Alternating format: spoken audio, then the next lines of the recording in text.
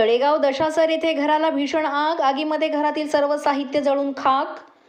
तळेगाव दशासर येथे घराला भीषण आग लागल्यानं घरातील सर्व साहित्य जळून राख झाल्याची घटना घडली आहे। वसंत चंपतराव काटकर यांच्या घराला बुधवारी सायंकाळी 6 वाजण्याच्या सुमारास आग लागली आणि या आगीमध्ये घरातील सर्व साहित्य जळून खाक झालंय।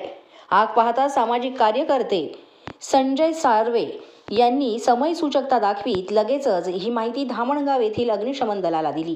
माहिती मिळताच धामणगाव रेल्वे येथील अग्निशमन दलाचे टीम लीडर सचिन कट्यारमल आणि फायरमन संतोष आत्राम, सतीश उईके, प्रशांत रोकडे, हेमंत कापसे घटनास्थळी दाखल झाले आणि आगीवर नियंत्रण मिळवलं।